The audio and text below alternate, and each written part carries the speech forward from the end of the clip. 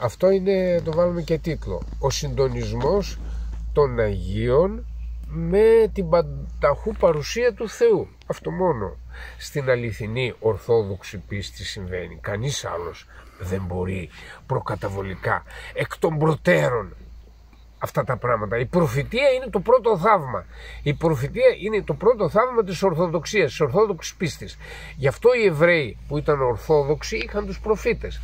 Εκείνοι οι οποίοι σκότωσαν τον Χριστό δεν πίστευαν τίποτα από τα... Πίστευαν μόνο το μυαλό τους, το κεφάλι τους, τη μητούλα τους. Λοιπόν, τώρα πήγε ένας πατέρας που είχε μπλέξει ο γιος του με μία παλαβή. Σε ποιον πήγε? Στον Πορφύριο. Α, στον Άγιο Πορφύριο. Ναι, στον Άγιο Πορφύριο, και λέει: Γέροντα, το παιδί μου έτσι και έτσι έμπλεξε και το τραβάει. Τώρα θα πάνε, λέει, στο εξωτερικό, θέλει λεφτά και τέτοια για γλέντια και αυτά. Για τηλέφωνο, το ξέρω. Λοιπόν, λέει: πες του να με πάρει τηλέφωνο. Λέει ο Άγιος Πορφύριος, λέει στον πατέρα: πες του να με πάρει τηλέφωνο. Έφυγε, πήγα στο σπίτι, έγιναν τι έγιναν. Κάποια στιγμή του είπε κάποια στιγμή και αποφάσισε ο νεαρός να πάρει τηλέφωνο τον Άγιο Πορφύριο. Και τον παίρνει τηλέφωνο. Τον παίρνει τηλέφωνο: γέροντα, είμαι του τάδε, ο Θόδωρος. Λοιπόν, σε είπε ο πατέρας μου για μένα και έχουμε μια γνωριμία με μια κοπέλα και τέτοια. Του λέει ο γέροντας: άκου την τηλεφωνική συνδιάλεξη, του λέει. Του ανοίγει και ο γέροντας τυφλός. Και το τηλέφωνο, όταν κάποιον ήθελε, χτυπούσε το τηλέφωνο εκείνο τον αριθμό που ήθελε, γιατί δεν έβλεπε.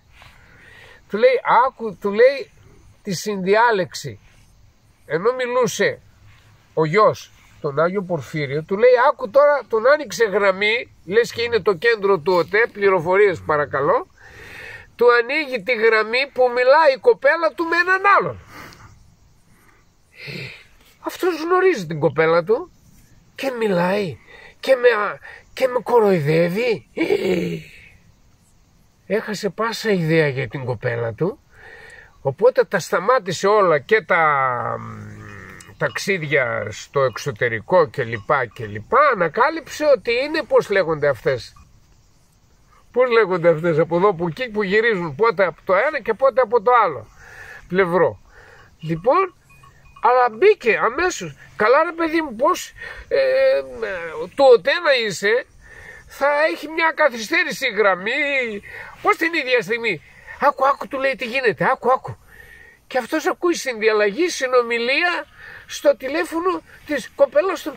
Δεν είναι αυτό ένα μεγαλείο? Αυτό δεν μπορεί να γίνει ανθρωπινά. Αυτό μέσω του Πνεύματος του Θεού, που είχε το πνεύμα ο Άγιος Πορφύριος, που ο Θεός του ανοίγει τη γραμμή, που είναι ο Κύριος γενικός πανταχού παρών. Αυτό αν είναι ένα μεγαλείο λοιπόν των Αγίων. Πώς το είπαμε αυτό, ο τίτλος πώς είναι στην αρχή που είπαμε? Αυτά. Ναι.